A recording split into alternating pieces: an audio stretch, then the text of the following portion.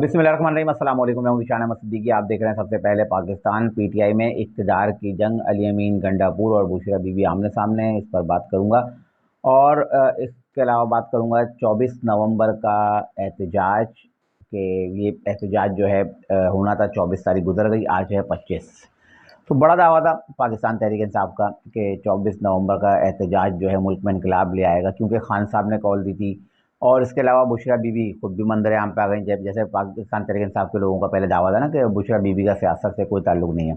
अब कल 24 तारीख थी और ये काफ़िले चले, और कहाँ-कहाँ से ये काफ़िले चले, बड़े-बड़े दावे किए गए।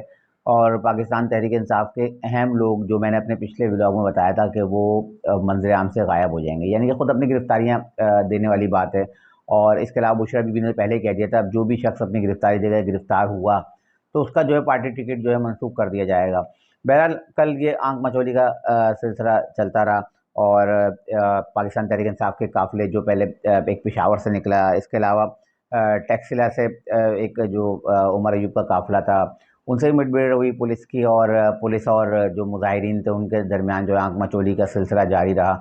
और जो मुजाहिरीन थे उनके पास जदीद असला था, गुलेलें थीं, जबकि पुलिस के पास जो है रबड़ वाली गोलियाँ थीं।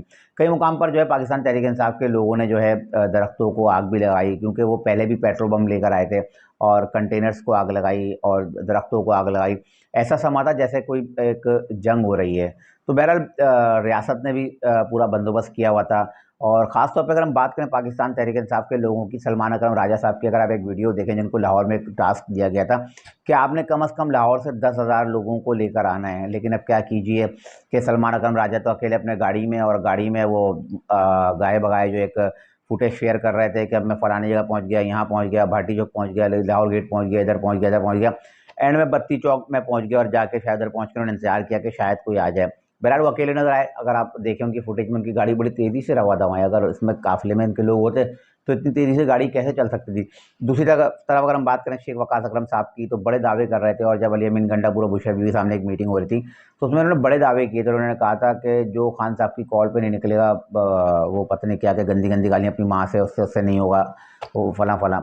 अब शेख वकास अकरम साहब भी गायब हैं और वो भी कहीं नज़र नहीं आते। इसके अलावा हुआ फवाद चौधरी ने भी एक वीडियो शेयर की, और उनके पीछे भी अगर आप लोग देखें तो आपको लोग नज़र नहीं आएंगे, और आप खुद हंसेंगे, बोलेंगे कैसा इनकलाब है कि वो कह रही है हम निकल गए और हम बहुत बड़ा एक काफिला लेकर आए हैं। इसके अलावा फवाद चौधरी से ने एक डिजिटल चैनल को इंटरव्यू देते हुए कहा, उन्होंने कहा कि हम पहुंच रहे हैं, बहुत सारे लोग लेके आ गए हैं, 1300 बंदे मैं जो है ले आया हूँ, और वो इस्लामाबाद पिंडी में छुपे हुए हैं। जैसी काफिला जो है इस्लामाबाद पहुंचेगा तो वो 1300 लोग निकल आएंगे। अभी काफिला ना आएगा, ना वो इस्लामाबाद पहुंचेंगे, ना वो 1300 लोग आएंगे। अब बकौल फवाद चौधरी के 1300 लोग वो ले आए, लेकिन वो रुपोश हो गए इस्लामाबाद और पिंडी में। पता नहीं शायद किसी खंभे पे चढ़ गए, या किसी की छतों पे छुप गए, या किसी के बसों के नीचे और बस स्टैंडों, पता नहीं कहाँ कहाँ जहाँ छुपा दिए होंगे, जहाँ छुप सकते थे वो 1300 लोग उन्होंने छुपा दिए हैं। तो इसके अलावा अगर हम जरताज गुल की बात करें, तो जरताज गुल भी कितने लोग लेकर आई हैं, तो उनका भी और औरंगाबाद बप्पी, उनका भी क्लिप सामने देख लीजिएगा कि उनके साथ कितने लोग हैं। और बड़ी अच्छी एक बात की हमारे एक दोस्त ने, उन्होंने कहा कि अगर कराची में, इस्लामाबाद में, या कराची पाकिस्तान के किसी भी शहर में अगर कोई सेल लगा दिया है ना, तो इससे ज़्यादा औरतें तो वहाँ होती हैं। तो मैं बिल्कुल इस बात को फर्ज़ करूँगा कि बिल्कुल सही कह रहे हैं। अगर कराची के, क्योंकि मेरा कराची से ताल्लुक़ है, अगर आप एक बाज़ार चले आएँ ना, तो एक बाज़ार में से लोग होते हैं कि जहाँ बचत बाज़ार लगता है ना, जुमेरात बाज़ार, जुम्मा बाज़ार, हफ्ता बाज़ार, पीर बाज़ार, तो इससे लोग तो उन बाज़ारों में होते हैं। तो जितने जरताज गुल और औरंगाबाद बप्पी इतने लोग लेकर लाने का दावा कर रहे हैं। बहरहाल अब ये जो काफ़िले चलें, और काफ़िला जो है पहले क़याम किया, क्योंकि असल जो काफ़िला आ रहा है वो एक तो अली अमीन गंडापुर लीड कर रहे हैं, जिसमें बुशरा बीबी भी सामने आ गई हैं, वो भी इस काफ़िले को जो है लीड कर रही हैं। और इसके अलावा उमर अयूब साहब हैं, वो भी एक जो काफ़िले लेके चल रहे हैं, गिलगित बल्तिस्तान के लोग हैं, कश्मीर के लोग हैं। तो वो ये 2 काफ़िले जब मिलेंगे, तो मेरे ख़्याल से इसमें ज़्यादा से ज़्यादा, जो मैंने मुख्तलिफ़ दोस्तों से बात की है और वहाँ जो मौजूद लोग हैं, कम से कम और ज़्यादा से ज़्यादा इसमें 20,000 लोग हैं। 20,000 लोगों से इसमें ज़्यादा लोग नहीं हैं। अब ये लोग इंतज़ार क्या कर रहे हैं? अब रात में जो है जो अली अमीन गंडापुर वाला काफ़िला है, वो अज़र व गाती ब्रोथा के मुकाम पर इन्होंने जो है वहाँ क़याम किया है, और अब वहाँ अब ये स्टे कर रहे हैं। अब ये वहाँ से चलेंगे बहरहाल, और जब उसके बाद पता चलेगा कि ये आया, अब इनका अगला प्लान क्या है। लेकिन मैं बताता हूँ इनका प्लान क्या है। अब इन्होंने प्लान ये किया है कि अब ये जो स्टे कर रहे हैं, स्लो आ रहे हैं, ये इंतज़ार कर रहे हैं कि हमारे साथ कुछ लोग आ जाएँ, क्योंकि मैंने बताया ना 20,000 लोग हैं तमाम पूरे काफ़िलों को मिला के। क्योंकि सिंध से, बलूचिस्तान से और अगर हम बात करें पंजाब से, यहाँ से तो लोग निकले ही नहीं हैं, यहाँ से तो पाकिस्तान तहरीक इंसाफ को मुकम्मल नाकामी का सामना देखना पड़ा है, जो मैंने आपको पहले बताया था ना कि बदतरीन नाकाम होगा यह एहतजाज। तो वो आपको 3 सूबों से मेरी बात का जवाब आज मिल गया और आपने कल देख भी लिया होगा। तो अब ये वहाँ से ये काफ़िले चले क्योंकि केपीके से सिर्फ लोग निकले हैं। और अच्छा ये भी बता दूँ कि इसको जो है लीड किया जा रहा है, और इसको लीड कौन कर रहा है, ये सारे मॉनिटर जो कर रहे हैं, मॉनिटर कर रहा है सोशल मीडिया। सोशल मीडिया इन्होंने जो है कहाँ बनाया, 1122 रेस्क्यू पेशावर में। अब जो एक रेस्क्यूदार ना, इसलिए कि वहाँ ना पुलिस जाएगी, ना वहाँ इंटर सर्विस मुअत्तल होगी, और एक जो जो भी फुटेजेस वगैरह ना, इनके खुद एक एमएनए हैं, उन्होंने इस चीज़ का दावा किया, आसिफ खान साहब, उन्होंने दावा किया कि जो जितनी भी काफ़िले हैं और इनके सबकी फुटेजेस जो है हम जमा करके जो है बुशरा बीवी को भेज रहे हैं। और ज़्यादा बुशरा बीवी वहीं भेज रहे होंगे, वहाँ से इनके बेटे जिब्रान जो अमेरिका में बैठे साजिश कर रहे हैं ना, ये उनके पास जा रही होंगी सारी फुटेजेस।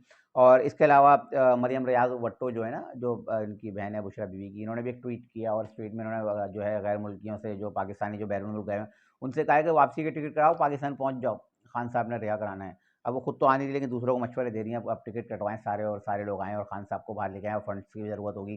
तो सारा एक मजाक सा लगाया हुआ। अब आप देखें ना, खिचड़ी सी पकाई हुई है ना, एक खिचड़ी सी बनाई हुई है, समझ में नहीं आ रहा कि करना क्या है। ये खुद बौखलाए हुए हैं। अब मैं बात कर रहा था जो इक़्तिदार की जंग की, तो इक़्तिदार की जंग यही है कि अली अमीन गंडापुर जब कंटेनर पर खड़े थे, तो एकदम से बुशरा बीवी की एंट्री होती है, और वो आके जो है माइक संभालती हैं और बोलती हैं इस जलसे की क़यादत जो है मैं करूँगी। अब उन्होंने इसकी क़यादत संभाल ली, तो उनके और अली अमीन गंडापुर के दरमियान जो है झड़प भी हुई है। अली अमीन गंडापुर ने कहा कि आप जाएँ, घर पर बैठें, आप घरेलू खातून हैं। तो उन्होंने कहा नहीं कि मैं जो है इस रैली की जो है क़यादत करूँगी। बहरहाल क़यादत क्या करेंगी, सारा सिस्टम है, और इसमें जो है मैंने आपको पहले बताया था कि पीटीआई में जो है दरार पड़ चुकी है। जो आहिस्ता-आहिस्ता आप देखिएगा, आपको बहुत सारी चीज़ें नज़र आएँगी, और बड़े-बड़े दावे जो लोग कर रहे थे, वो सब लोग, अब शेर अब्दुल मरवा साहब जैसे कह रहे थे कि मैं सबसे बड़ा काफ़िला अली अमीन गंडापुर से बड़ा काफ़िला मैं लेके आऊँगा, तो सब लोग अब गायब हैं। और अगर आप देखें तो बहुत सारे लोग तो इनके नज़र में नहीं, बैरिस्टर गौहर नज़र नहीं आ रहा है। बैरिस्टर गौहर को अगर हम देखें तो मुझे तो कहीं नज़र नहीं आए, अगर शायद किसी को नज़र आए हों तो आए हों, लेकिन मुझे बैरिस्टर गौहर नज़र आया। पाकिस्तान तहरीक इंसाफ के बहुत सारे जो मरकज़ी लोग हैं, मुझे कहीं नज़र नहीं आ रहा है।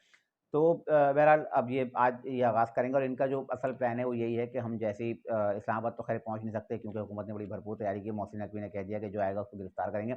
अच्छा, कल कुछ लोगों को गिरफ्तार भी किया गया, और जिनको गिरफ्तार किया गया उनमें अफ़गान शहरी भी, जिनको उर्दू भी नहीं आती बेचारों को। तो उनको लाया, और जब उनसे पूछा गया तो उन्होंने कहा कि हमें दिहाड़ी के का कहकर लाएँ। तो हमें तो दिहाड़ी की लालच दी थी कि हम आपको दिहाड़ी देंगे, आप हमारे साथ चलो। तो उनको गिरफ्तार कर लिया। बहरहाल उनसे इंट्रोगेशन हो रही है, जब वो बाकी चीज़ें भी इंशाल्लाह जल्द सामने आ जाएँगी कि उनको किस मकासद के लिए लाया गया था। अब अली अमीन गंडापुर जिनके अपने सूबे में आपको पता है कि किस तरह से खून खराबा हो रहा है, किस तरह से खून रेज़ी हो रही है, वो अपना सूबा छोड़कर चले हैं इस्लामाबाद पे यलगार करने। बहरहाल अब क्या कह सकते हैं, अब ये पाकिस्तान तहरीक इंसाफ के सपोर्टर्स ऐसे लोगों को सपोर्ट करते हैं, पाकिस्तान के लोग, तो सिर्फ दुआ ही कर सकते हैं। और ये दुआ ही है कि अल्लाह ताला इन तमाम लोगों को हिदायत दें, क्योंकि पाकिस्तान है तो हमें, अब ये लोग इंतज़ार कर रहे हैं कि इस्लामाबाद की जैसे बॉर्डर पे पहुँचेंगे, तो वहाँ फिर ये इंतज़ार करेंगे कि कितने लोग आते हैं। अगर जैसे मैंने बताया ना 20,000 लोग हैं ज़्यादा से ज़्यादा, अब जब वहाँ पहुँचेंगे तो आहिस्ता-आहिस्ता जब जो ज़ख्मी हो रहे हैं, जैसे अब इन्होंने पथराव किया गुलेल से, जो इन्होंने बंटे मारे, कंचे इसको कहते हैं, तो उससे काफ़ी पुलिस एहलकार और अफ़सरान जो है ज़ख्मी हुए हैं, और किसी की आँख पे ज़ाया हुई, किसी को बहुत ज़्यादा शदीद चोटें आई हैं। तो अब उसके बाद पीटीआई के लोग भी कोई ज़ख्मी हुए तो उनको रेस्क्यू 1122 की एम्बुलेंस, ज़ाहिर-सी बात है वो इसी काम के लिए तो उन्होंने रखी हुई है पीटीआई वालों ने, केपी की हुकूमत ने। तो कुछ लोगों को ले गए, तो अब ये देख रहे हैं कि आहिस्ता-आहिस्ता लोग वैसे ही कम हो जाएँगे, सर्दी भी है आपको पता है।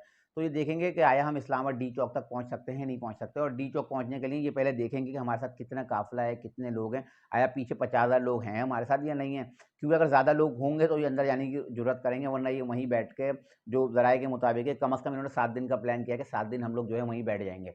अच्छा, 7 दिन से ज़्यादा ये बैठ भी नहीं सकते, क्योंकि इनको पता है 126 दिन जब हमने धरना दिया था, तो 126 दिन के धरने से भी कुछ उस वक़्त की हुकूमत नहीं ली थी। तो अब हम बैठ के क्या करेंगे? तो 7 दिन का इनका प्लान है कि वहाँ बैठेंगे, और जैसे ही लोग आहिस्ता-आहिस्ता कम होंगे, तो उसके बाद ये रात गई बात गई वाली बात हो जाएगी।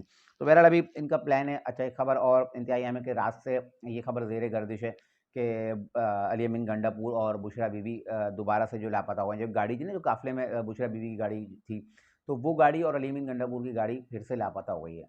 तो आया दिन का भी आगाज़ हुआ है, जब मैं व्लॉग कर रहा हूँ, सुबह 10 बज रहे हैं। तो अब बुशरा बीबी और अली अमीन गंडापुर अभी तक जो है लापता हैं, उनसे किसी का कोई राब्ता नहीं है। अब बहरहाल दोपहर तक देखते हैं कि आया अली अमीन गंडापुर फिर 8 दिन के लिए लापता होगा, या बुशरा बीबी कहाँ है। तो उसके बाद तो ये तमाम सिचुएशन जो है वाज़ेह होगी, लेकिन बहरहाल अब वहाँ एक ये शोर है कि अली अमीन गंडापुर और बुशरा बीबी फिर से जो है लापता हो गए हैं। तो अब जैसे ही कोई अपडेट आएगी तो इंशाल्लाह मैं आपके साथ जो है छोटी-छोटी जो क्लिप्स जो है शेयर करता रहूँगा। तो बताता रहूँगा कि अब क्या हालत है। लेकिन ये जो मेरा एक तजिया था, जो मैंने पहले दिया था कि ये जो एहतजाज और एहतजाज की कॉल है, मेरी नज़र में जो है जो मैं इसको नाकाम होता हुआ देख रहा हूँ। आज 25 हो गई, कल 24 निकल गई और ये एहतजाज मेरी नज़र में नाकाम हो चुका है। ये थी चंद आज की इंतज़ामी खबरें, इससे मैं हाज़िर हूँ इंशाअल्लाह मज़ीद खबर होनी चाहिए, फिर हाज़िर हूँ, तब तक के लिए इजाज़त दीजिए। अल्लाह हाफ़िज़।